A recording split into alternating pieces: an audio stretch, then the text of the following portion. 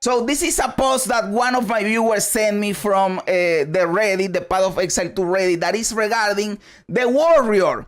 Because we know that the warrior in Path of Exile 2 needs a lot of love. And so far, the warrior is my favorite class. Of course, I want the druid more. When the druid is out, I will probably like the druid more. But so far, the warrior is my favorite class and it needs a lot of love.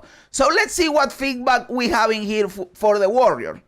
After seeing the recent interviews and mentions of buffing skills and mace gameplay for 0.3, I wanted to bring to GG's attention different points brought up by warrior players. Make armor viable, and yes, this is big, and it is not only for the warrior, it is also for the hybrid classes. The mercenary needs this, the druid, if the druid comes out, will also need this because it is hybrid armor energy shield and the mercenary is hybrid armor evasion. So yes, make armor viable, please.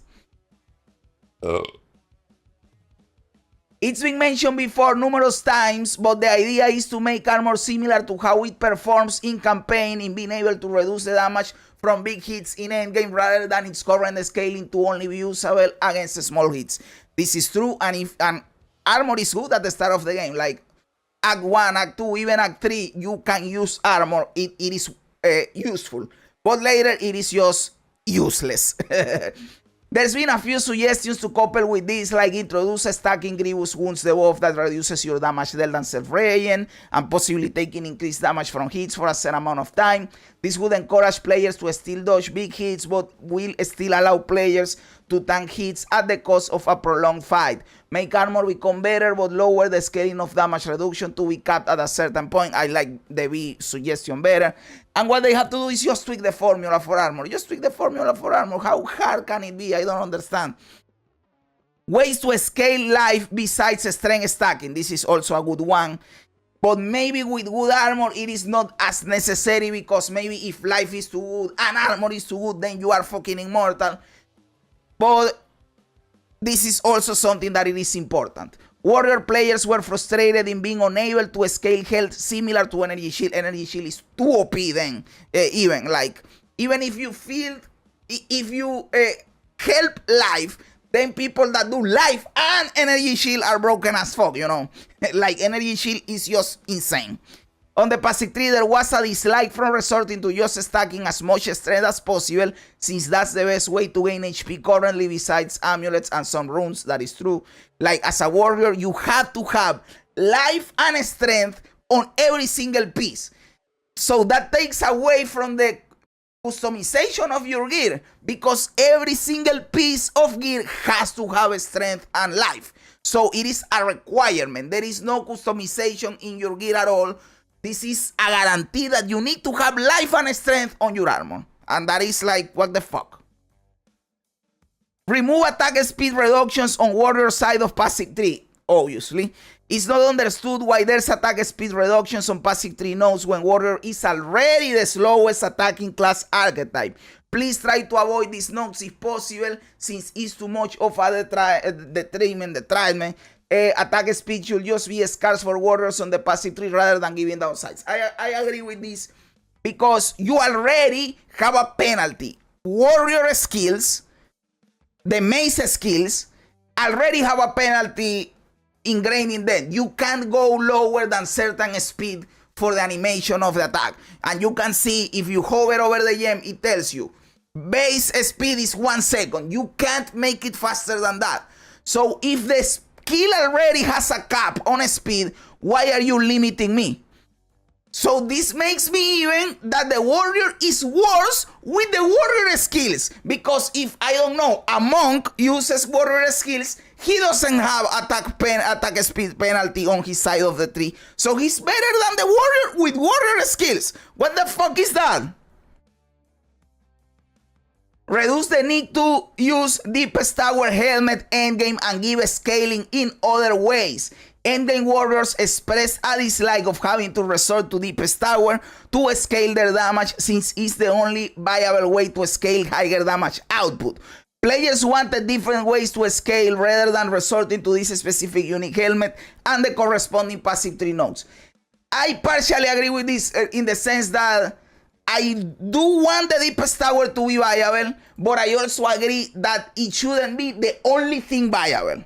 Like, going with the deepest tower should be viable, but not going deepest tower should also be viable. That is what I think it should be like. Both one-hand maces to actually be good to use. This is a big one. Like using one-hand maces or dual wielding one-hand maces is useless. You have to go like guarantee. If you're playing warrior, you have to go for Giant's Blood to be able to use a two-handed mace on one hand. It is an obligation. It is mandatory. You have to do it.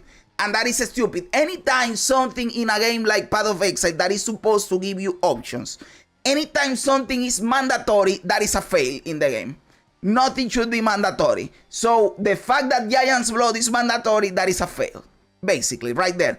And also, dual wielding two-handed is also bad. Like, even if you have two-handed maces on each hand, that is also bad. Because since armor is bad and life is bad, you need a shield because your defense is going to be blocking. So the only way to play a warrior is shield and two-handed mace. You have to play like that. All the other combinations suck dick, basically. Possibly redo melee skills so that you can move while attacking. This one is a little harder to pull off. I understand they don't want to do that, maybe some of them, but there are some that you are not supposed to move while doing them. And I understand. But then, if you fix defenses, this is not that big of a problem. This is a problem because defenses suck, and while you are stuck in the animation, they fuck you in the ass, basically. Suggested that melee skill needs to be redundant. You can swing and move unless it's a charge move, perfect strike.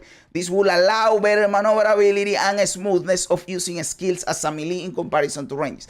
Yes, this is a big disadvantage that melee has. By the way, now I am playing PoE 1 and it's also like that. Melee is just fucked. For people like me that like playing melee styles, you are fucked. You are fucked because ranked is always better. And I understand, even from the perspective of the developer, it is hard to make melee as good as ranked because of the inherent advantage that ranked has. But then you have to put more love into melee, give it numbers, you know.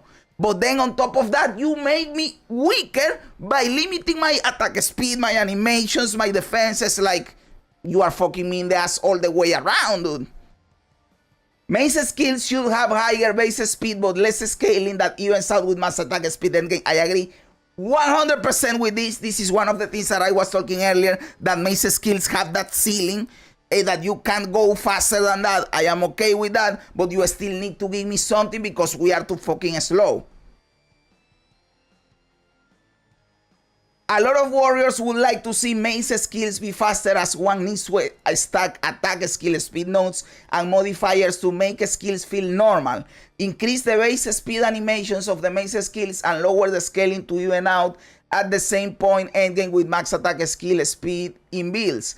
Attack skill speed should be seen as somewhat nice addition, but not needed in builds. It's disliked that warriors' basic auto attacks can come out feeling better than using skills. It sucks. Like last league, one of the best builds for the warrior was just attacking, auto attacking, and everything explodes because of some chaining bullshit. Who the fuck wants to play like that, brother? That is boring as fuck. Nobody wants to do that. Certain skills like Leap Slam, as an example, should inherently be faster and not require tons of skill speed to be where it should be.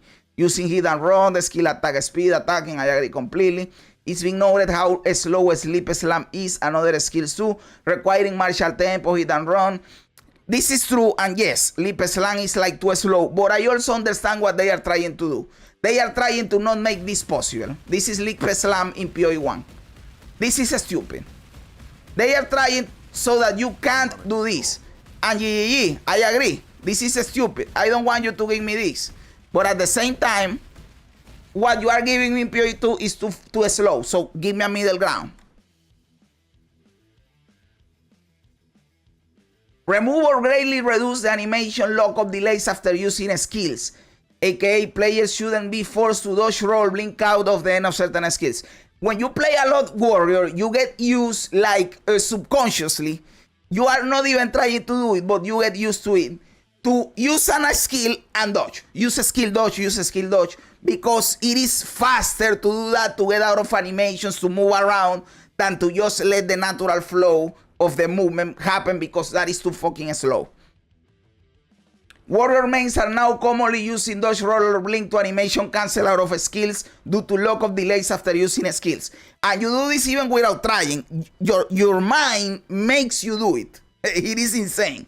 Reduce the delays will make a skill usage to be more smooth and can be followed up by other skills rather than dodge rolling out of each skill use. If Warrior must have long wind-ups on certain skills, then they should have an appropriate damage reduction during the wind-up for the downside. I told this earlier. Like, if I am slow, but I am tanky while I am doing it, then it is not a problem. That is why I say that if they address all of these problems, then maybe the Warrior will be too strong.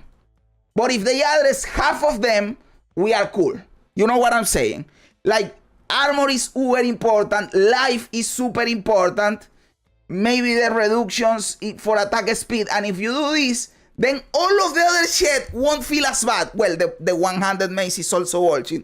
So, but if you do those 4, all the other shit is indirectly fixed. You know, it won't feel as bad as it feels. It feels bad right now because the other shit sucks. So you can attack the most important points. Like, armor is not only for maces, armor is for the whole game. So armor is a lock. That one has to be fixed.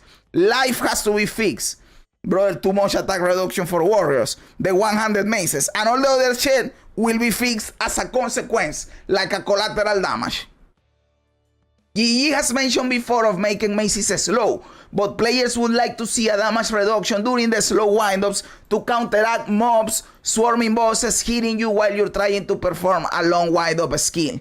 I don't know if anyone will see this, but I hope someone does while they're doing the skill touches for 0.3a. I don't work yet for GG, but I saw it do. Well, you shared it with me, thank you. If anyone has additional suggestion, criticism, or anything else, then please comment. That is my suggestion. I think all of these are good observations. All of these are real problems, but if they attack all of them, then maybe Warrior will be too insane.